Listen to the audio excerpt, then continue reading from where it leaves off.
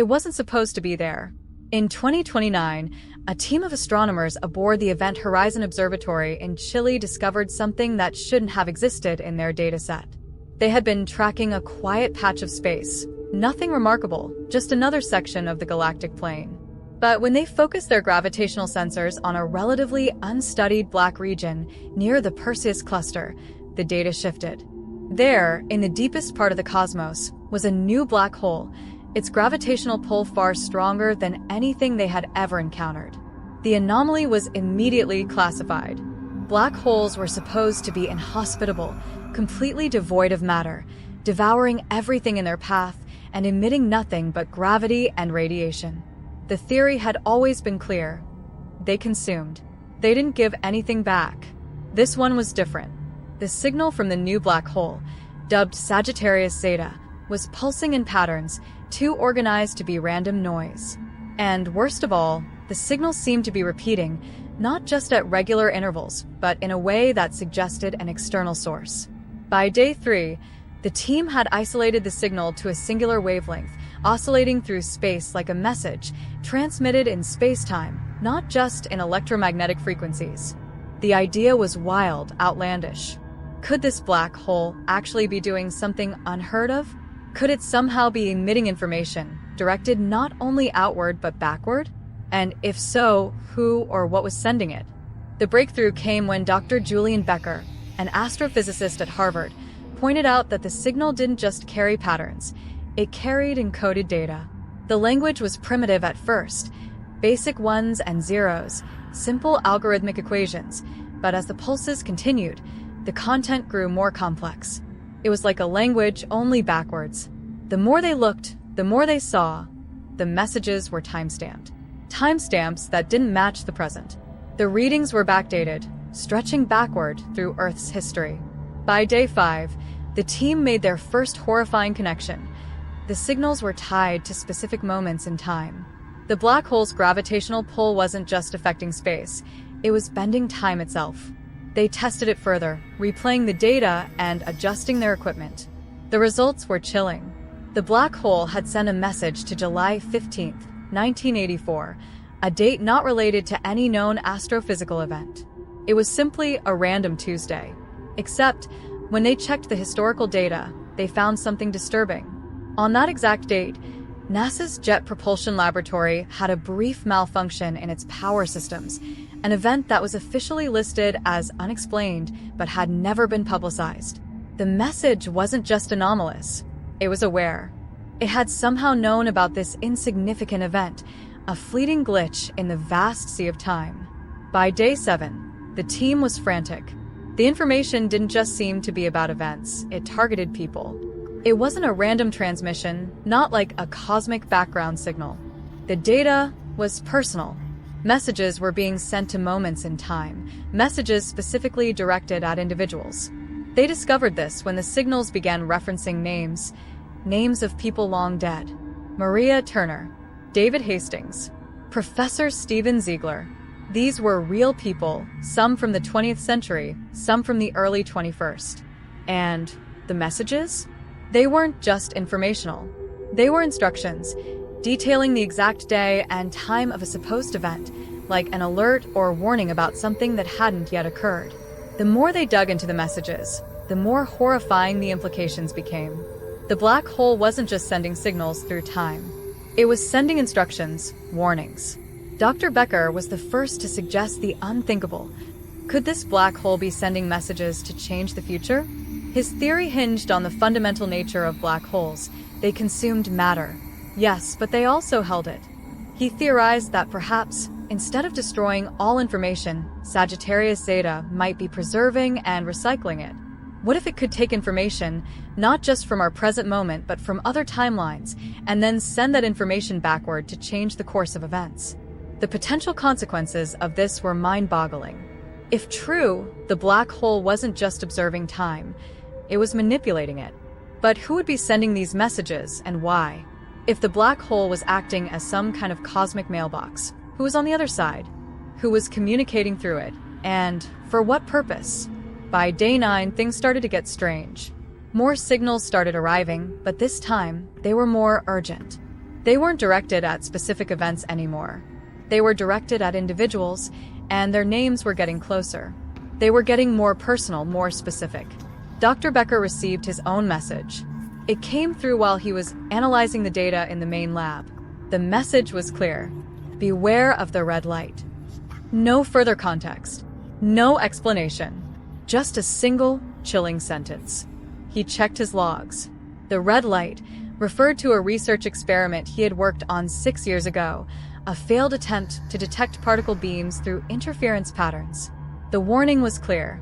Someone or something was trying to communicate something real-time, not from some ancient past, but from the near future. A ripple of fear swept through the team. If the black hole could manipulate time on such a precise scale, what else could it do? What would happen if it kept sending messages back further? What would those messages contain? As they tried to make sense of the situation, the team began to feel a strange weight pressing down on them. The lab lights flickered for several minutes. The hum of O2 ventilators shifted pitch. One of the monitors suddenly blinked off, then back on, showing something unrecognizable, a distorted image of a man's face, barely visible, almost like it was submerged in water.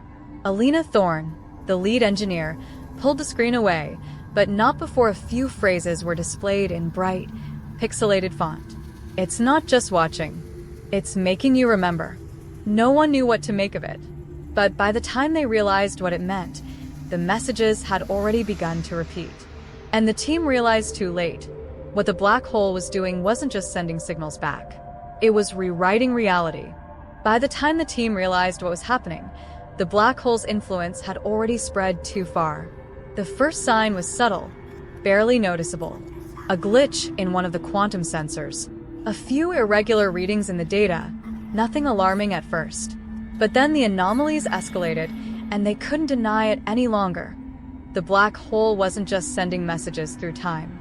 It was rewriting the fabric of reality itself. Dr. Becker, the lead astrophysicist, was the first to truly understand the scope of the problem. He had been studying the data relentlessly, obsessing over the timestamps, trying to find patterns in the signals. But one evening, after analyzing a new transmission, he stopped dead in his tracks. The black hole's messages had begun to correspond to his own life, to his memories. The first message, sent 2 days before, had been an obscure warning, a string of characters that didn't make sense at the time. But when he looked at it again, he saw something chilling. The red light will burn you. Watch the sky. It was a direct reference to an event from his past, an experiment he had worked on in 2022, a failed project that involved trying to measure gravitational waves by using red laser light. It was too personal, too specific. He hadn't mentioned the project to anyone for years. The second message came a few hours later, this time directly referencing his own thoughts, his own fears. You think you're safe. You're not. That was when he realized the black hole was not just sending messages back in time, it was accessing memories. It was pulling data from moments that hadn't happened yet, reshaping them into warnings that felt far too real to ignore.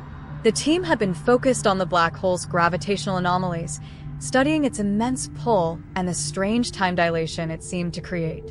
But now, Becker feared that the black hole wasn't just distorting time. It was crossing dimensions, opening a pathway between realities. The more they analyzed, the more they began to understand. The black hole wasn't simply a phenomenon, it was alive, or at least acting with intention. And its messages weren't random, they were targeted. By the time Alina Thorne, the lead engineer, checked the data feeds, the pattern was undeniable. The black hole's signals weren't just affecting the team in real time, they were rewriting their memories, pulling them from different points in time, past and future, and stitching them into a coherent narrative.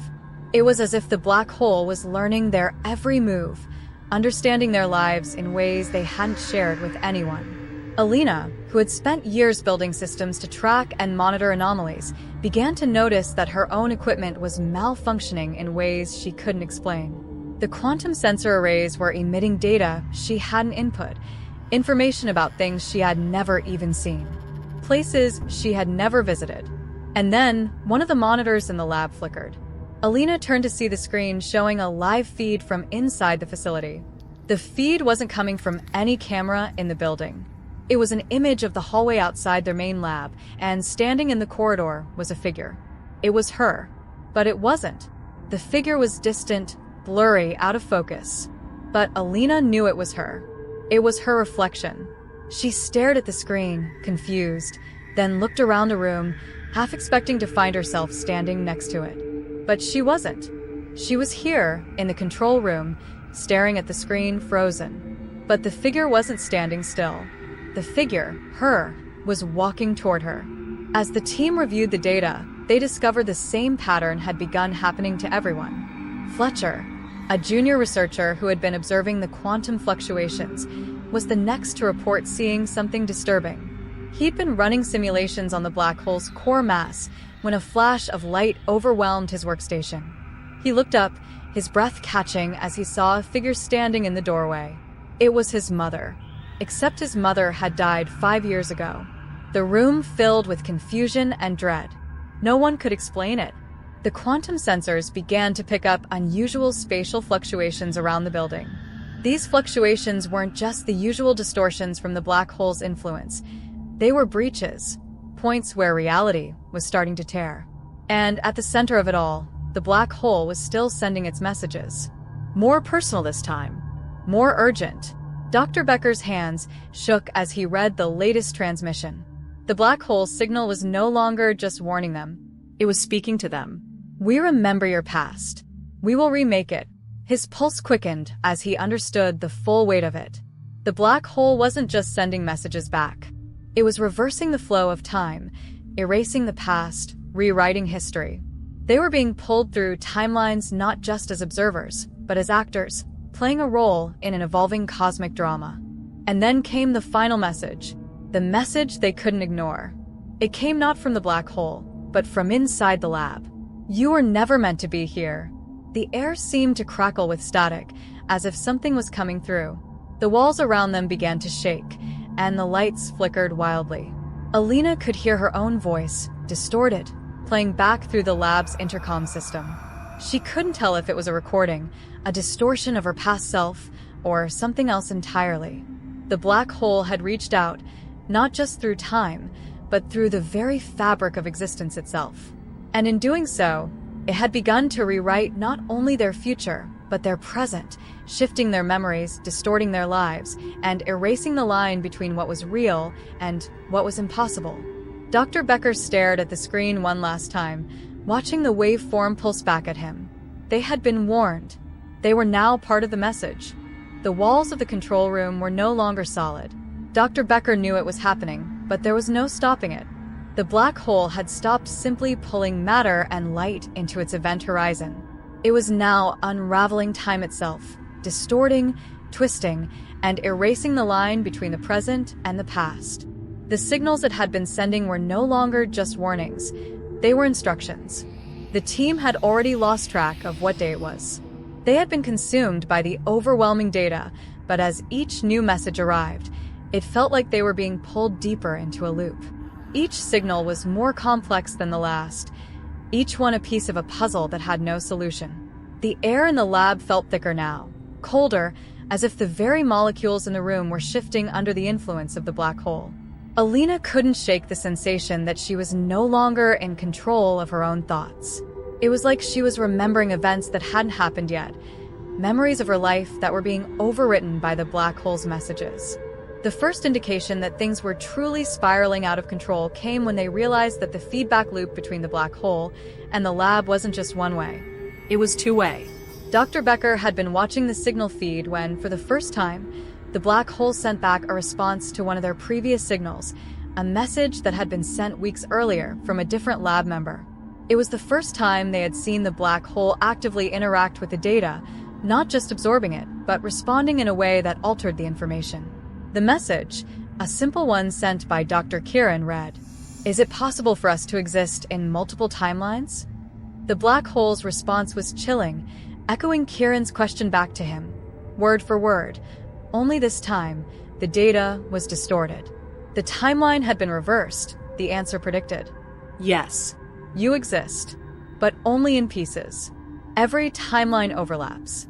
It wasn't just the signal that had changed.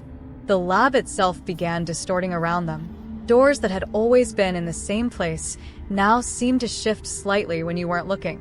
Files from earlier in the day began to disappear. And when they tried to check historical records or log files, certain entries started to reappear as though they had never been erased. Dr. Chun was the first to break down. The pressure of trying to understand the black hole's messages, coupled with the undeniable sense that they were losing their grip on reality, drove him to madness. He began writing on the walls of the lab, patterns of letters and numbers that didn't make sense, but seemed to repeat with every new iteration. "The black hole is not a point," he wrote, his hands shaking. "It is a bridge. A door that doesn't lead to the future or the past, but to another. One that has always been there." At first, Alina thought he was simply cracking under pressure. But as she walked past his notes, something in her mind began to shift. The words were unsettling, more than just a man's ramblings. They were a call, a signal buried within the equations and formulas. She stared at one note. "We are the echo, the feedback." The more she read, the more she realized the messages were not simply observations. They were warnings, like trying to read a warning sign while driving at full speed without knowing the road. And then it happened. The lights flickered once, then twice, before going out completely. In the dark, Alina heard the unmistakable sound of footsteps, but not just any footsteps. They were coming from the other side of the room. The same footsteps, walking in perfect sync with hers.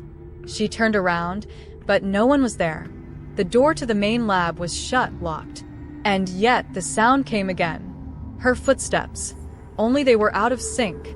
She tried to move forward, but the room seemed to stretch.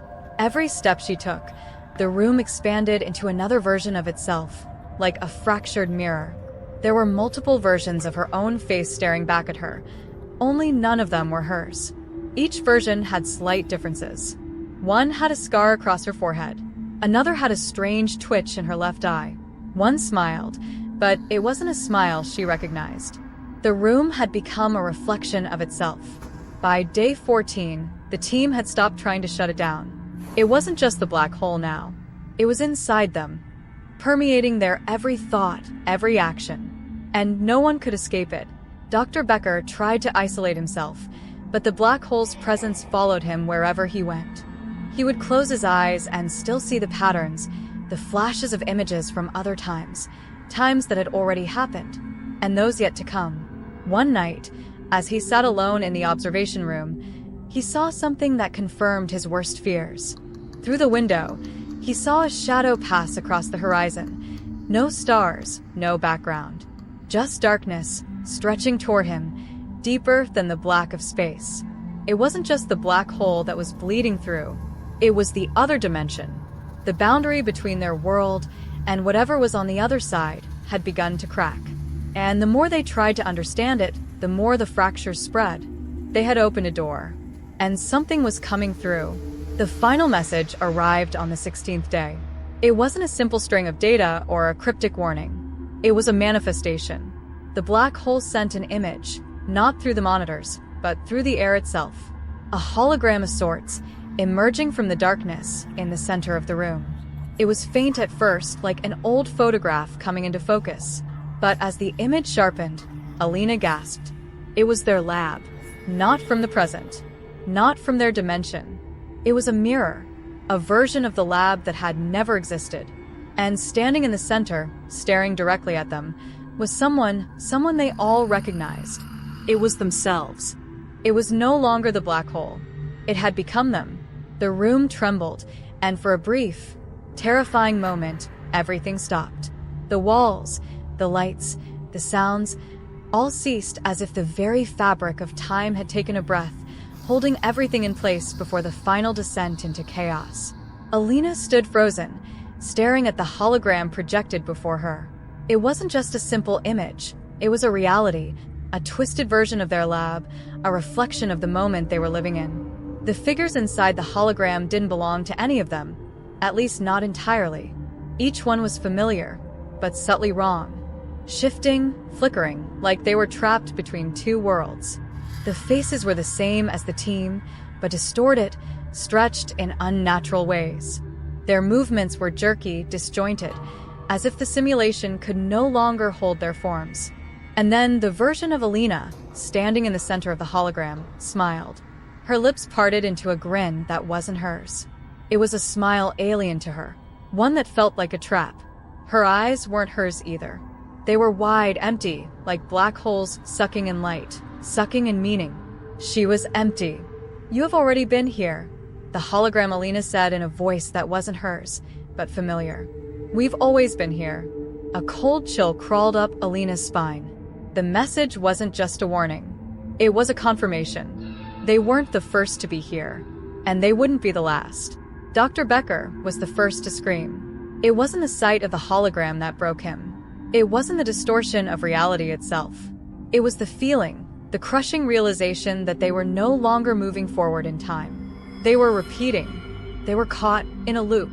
As the team members looked at each other, they could feel it too. The weight of it, the unspoken truth hanging heavy in the air, suffocating. The events they had experienced over the last few weeks, the quantum fluctuations, the messages from the black hole, the strange distortions in space-time, all of it had been a cycle. Their very existence had been predetermined. Every decision, every action, they had already lived through it. And it was happening again. The black hole had never just been a gateway. It had been a prison, a never-ending cycle of time, stretching infinitely in both directions, twisting and folding back on itself. Dr. Chun had known. He'd tried to warn them. The fractals, the strange patterns, he had seen the code. He had seen the loop. But now it was too late. The walls began to disappear, warping, like they were peeling away. The lab, the space around them, began to fold inward, collapsing into the singularity of the black hole's influence. The doorways, the windows, the edges of the world, they were no longer where they should be. They were changing, shifting. The black hole was no longer just a distant point in space. It was inside them, inside their minds. Every breath they took was tainted by the pull of its gravity, every thought a reflection of its infinite loop. And then they understood. The black hole wasn't sending messages back in time. It wasn't simply a passage through space. It was the observer, the force that had been recording their lives, their every moment, every decision, and looping them into an eternal feedback loop. The black hole had never been a point of entry. It had always been the destination, the infinite return. They had always been here. The final signal arrived. It wasn't just a message. It wasn't words. It was a vision, a moment, frozen in time, but stretched across all moments. A version of themselves, standing in the same lab. But this time, they weren't just observers. They were trapped, bound to the moment forever. Their bodies were no longer bodies. They were data, consciousness without form, forever repeating the same cycle, over and over. The black hole wasn't sending them messages. It was consuming them, absorbing them into its endless loop. "This is your last memory," the vision whispered. "This is your first, and this is your forever." The room cracked open. The walls dissolved into pure light, and their reflections, their distorted, broken reflections, merged into one. Time bled together, and Alina could feel herself being pulled into the loop. The cycle had already begun again. They had been here before. They would be here again. The lab was collapsing, but the feeling of being pulled into the infinite never stopped. The black holes pulled an end. It just shifted. And every loop carried them further into the void. And in the final, horrifying realization, it was already too late. The black hole wasn't just the end. It was the beginning of every timeline. Alina screamed, but it wasn't her voice. It was everyone's voice. And the loop began again.